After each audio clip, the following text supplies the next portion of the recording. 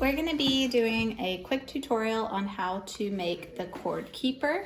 First thing you're going to need is 2 pieces of fabric cut with the cord keeper template, and then 1 or 2 pieces of interfacing cut with this template also. I used fusible interfacing, which is sold by the package, or you can buy it by the roll, or you can buy it by the yard. A small package is probably fine. This is medium weight. I cut it out with this template, but then I trimmed it down about 1/4 inch all the way around because that's the size seam allowance I'm going to be using for this pattern. Let's talk about how to make our fabrics behave in a different way with the addition of interfacing. This is interfacing. Interfacing looks a lot like a dryer sheet. This side of the interfacing is shiny. Can you see it? Little shine right there? That's the glue. This is fusible interfacing. This side doesn't have glue on it. It's very important to know which side has the glue and which side doesn't, because if you place it down glue side up and stick your hot iron to it, you're going to ruin your iron. Parents are going to be very upset with you. I have cut out 2 pieces of fabric, one for the front and one for the back. I'm going to lay them down right sides down. I have also cut out 2 pieces of interfacing. Now what you're going to notice is that the interfacing is cut just a smidge smaller than the actual pattern, and that's because you don't want interfacing to be in your seam allowances. So when you lay your interfacing down on the wrong sides of the fabric, it is going to look something like this. Now you have to use an iron that has steam, so I've got water inside of my iron, and I have turned it all the way up to steam, and I can check to see if it's hot enough by pressing the steam button. If it is, it's going to steam out. You can also just spritz a little bit of water onto your interfacing if you don't have an iron with steam function. So you want to center that piece down on there, making sure the glue side is down against the fabric and not up against the iron. And you're going to press. Remember, pressing is where you push down on the iron and lift. Push down on the iron and lift, push down and lift. You can tell if the interfacing is adhered by just taking your fingernail and kind of picking at the edges. And if it doesn't lift up, it's good to go. Voila, immediately your fabric has much more density and stiffness to it. So when we put these together and sew them to make our cord keeper, it's not going to be flimsy, it's going to be more sturdy. You can do this for bags. It's found in clothing in collars, cuffs, and waistbands. We're going to put our pieces right sides together so that the interfacing is on either side. And I'm going to set my machine to do a 1/4 inch seam allowance. So that means I'm using middle needle. I'm going to start in the center of one of my sides, and I'm going to back stitch, and then I'm going to sew around the edges.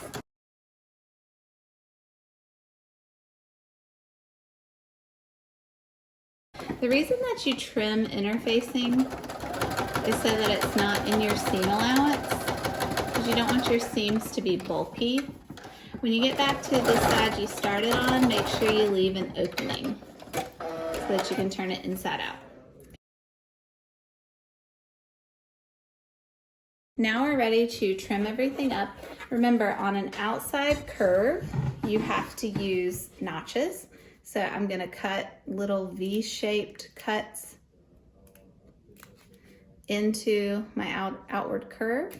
Remember, notching has an O, and therefore you use it on outward curves.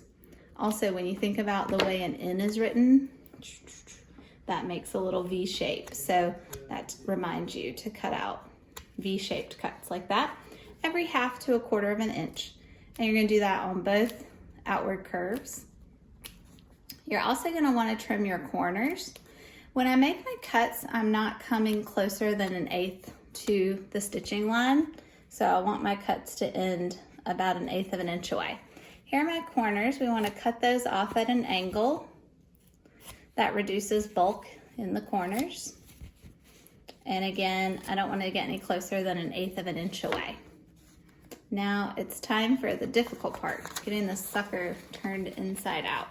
Since I've put interfacing on it, it is quite stiff and difficult to flip. And so if you have a chopstick readily available or something that you can use to kind of push, it helps. If you just use one piece of interfacing, it's not as hard to flip it, but I wanted mine to be really sturdy, so I had to use 2 pieces. Once you've got it flipped inside out, use your chopstick or your dull edge to push out all of your corners like this. That final press is going to push these inner edges in so that when you do your finishing stitches, it looks nice and sturdy. So we're going to be going around it now and edge stitching, and then we're going to attach our Velcro. Remember, edge stitching is when you're sewing really close to the edge. And so I'm going to keep my needle at middle needle, and I'm going to be sewing right along the edge. And neatness counts with edge stitching, so you want to go really slow and sew very neatly. The purpose of edge stitching is to finish the edges of the fabric to make them more sturdy. It also makes things look a little bit nicer, and it closes up openings, such as the one where I just folded my fabric into it. When you get to the end, make sure you backstitch and cut. Okay, so there's my edge stitching. Not my best, but this is okay for a little cord keeper. You kind of smush it together and cut off a small section. I say about a ½ inch is plenty. You want to attach it the correct way. So I like to leave my Velcro hooked and then overlap my cord keeper, and then that shows me approximately where I need to place my Velcro at. So I want to put one piece here in the center and the other piece on this side in the center. So I'm just going to put a little X to mark where I want my Velcro to be, and then I'm going to sew it into place. When you're sewing Velcro, you want to sew around the edges. If it's going to be something that's going to experience a lot of pull, like kids' shoes or kids' clothing, you can actually sew an X through the middle of the Velcro as well, and that helps make it a little bit more sturdy. Notice how I'm pivoting at the corners and back stitching at the beginning and end. All right, there's my first piece of Velcro, it's on there. And then I've got my X marks the spot for my other side. I'm gonna put the loop side. Velcro is called hook and loop tape because it's made of a series of hooks on one side and loops on the other side. The word Velcro is a trademarked brand. So if you're buying off-brand Velcro, it will be called hook and loop tape. Or if you're writing a book and your main character references Velcro, they would call it hook and loop tape. All right, so there's my loop side and my hook side, and all you do is fold them and they Velcro together. And that's how you make this little cord keeper. Trim all your threads and you are done.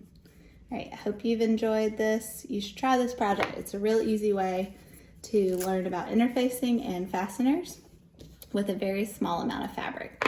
And I like to do this type of project when I have a fabric that I really like and I don't want to throw it away because it's just too pretty. All right, good luck.